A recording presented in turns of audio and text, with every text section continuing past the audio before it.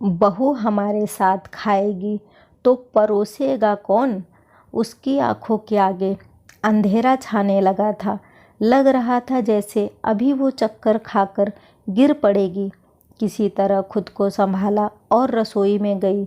Sink में पड़े बर्तनों को देखकर उसकी रुलाई फूट पड़ी।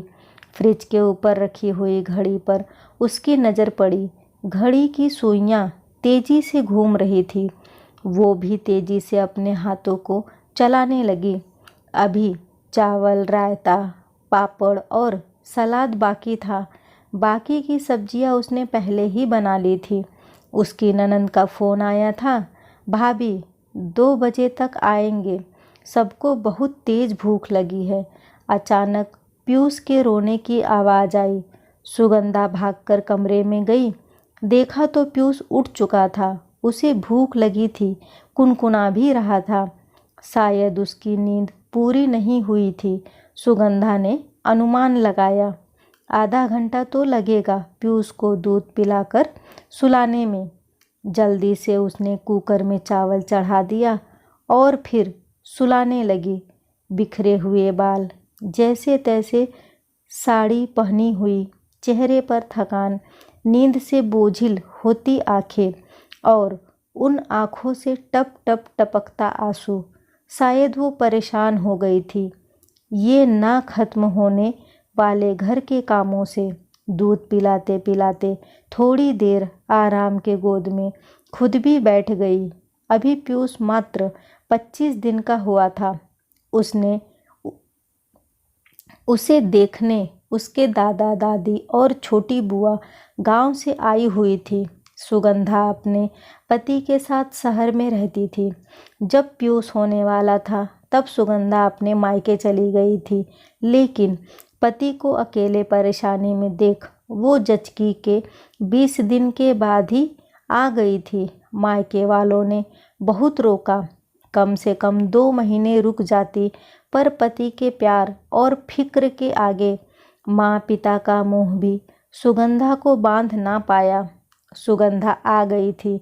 हंसी खुशी दोनों अपने परिवार में नए सदस्य का लालन पालन करने लगे। सुगंधा का शरीर अभी कमज़ोर था और पीयूष के दादा दादी ने अपने पोते को देखा नहीं था, इसलिए वो शहर अपने पहले पोते को देखने आए।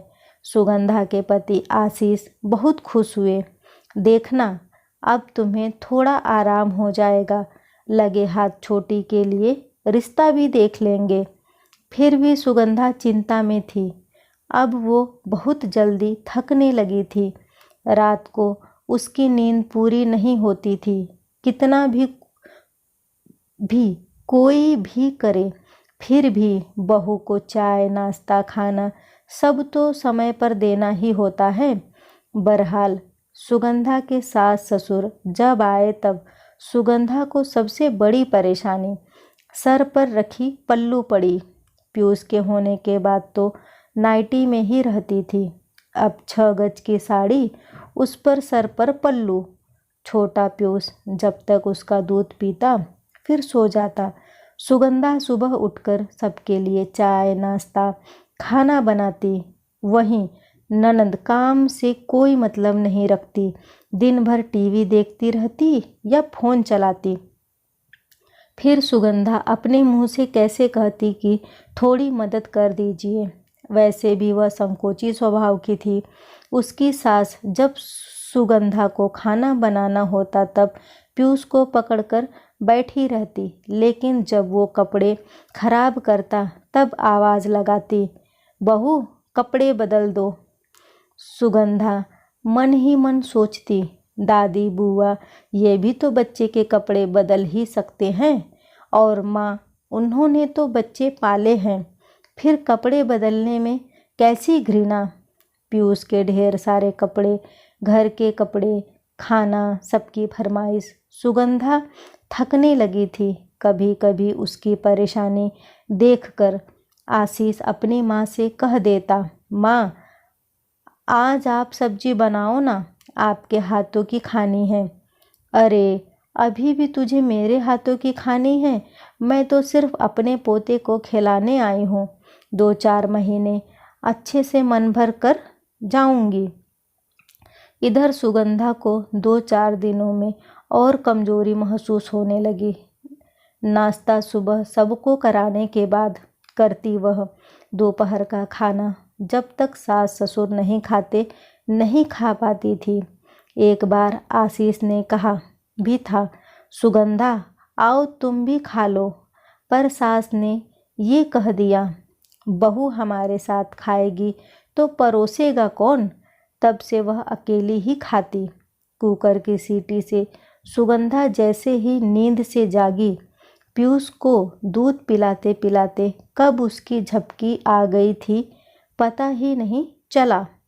झट से सुलाकर किचन की ओर भागी।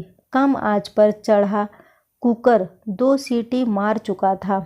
उसने जल्दी से खुद को थोड़ा ठीक किया, किचन में बचे हुए काम करने लगी। सास ससुर ननद बाजार से खरीदारी करके आ चुके थे। बहू खाना निकाल दो। सुगंधा ने खाना परोस दिया।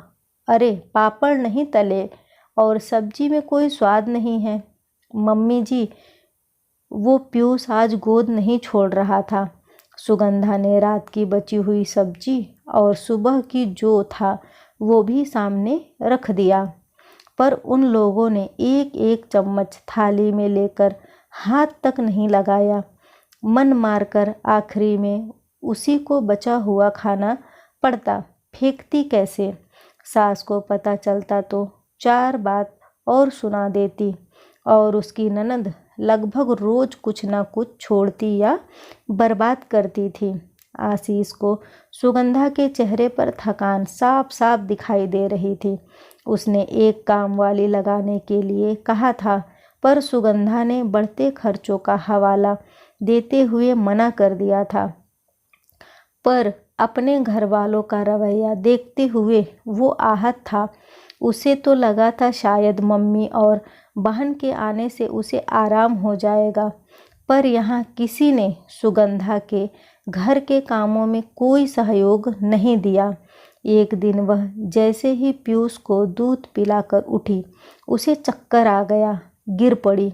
आशीष ने उसे संभाला और उसकी एक ना सुनते हुए एक काम वाली लगा दी। पत्नी की इतनी सेवा करते देख सुगंधा की सास ने तेवर जरूर दिखाए, पर आशीष उसके लिए खड़ा रहा और साफ साफ कह दिया, माँ, सुगंधा अभी माँ बनी है, उसे विशेष आराम और देखभाल की ज़रूरत है। वो चाहती तो कुछ समय और अपने मायके रुक सकती थी, लेकिन उसने मेरे बारे में सोचा। मैंने भी सोचा चलो आप लोग आ जाएंगे तो बेबी को और घर के कामों में मदद कर देंगे, लेकिन आप लोगों से मुझे ऐसी उम्मीद नहीं थी। दीदी भी तो अपनी जचकी के लिए मायके आई थी, तो क्या आपने उनके साथ ऐसा ही व्यवहार किया था? फिर बहू के साथ? सुनिए, सुगंधा ने आशीष को चुप रहने के लिए कहा, पर आशीष ने कहा, नहीं बस सुगंधा, मुझे लगता है तुम्हारी इस हालत का जिम्मेदार मैं हूँ। नहीं, आप नहीं। चलो तुमको मैं मायके ही छोड़ दूँ, जब शरीर को आराम हो जाए फिर आ जाना घर में। कुछ समय तक सन्नाटा पसरा रहा। सब अपने कमरे में चुपचाप थे। तभी रसोई से कुछ बनने की आवाज़ आ रही थी। धीरे धीरे पूरे घर में घी की खुशबू फैल गई। सास ने कहा, बहू आजा, देख तेरे लिए मैंने गुड़ के लड्डू बनाए हैं। देखना, इसको खाने के बाद तेरी सारी कमजोरी भाग जाएगी। तभी छोटी ननद ने पहले लड्डू लेनी चाहिए, मगर सास ने कहा, पहले मेरी बहू खाएगी, उसके लिए बनाया है। सुगंधा की आंखें छलक आई। उसने आशीष को प्यार भरी नज़रों से देखा। उसने लड्डुओं को एक थाली में परोसा और कहा, चलिए माँ, सब एक साथ खाएंगे। अब सुगंधा आखिरी में नहीं, सबके साथ मिलकर खाती और बनाती। अब थकान कम होती, क्योंकि अब सबने अपने हिस्से के काम का बंटवारा जो कर लिया था। कैसी लगी ये कहानी मुझे कमेंट करके ज़रूर बताइएगा। वीडियो को लाइक और शेयर करना न भूलें। चैनल पे पहली बार आए हैं तो इसे सब्सक्राइब ज़रूर करें। कहानी सुनने के लिए आपका बहुत बहुत धन्यवाद।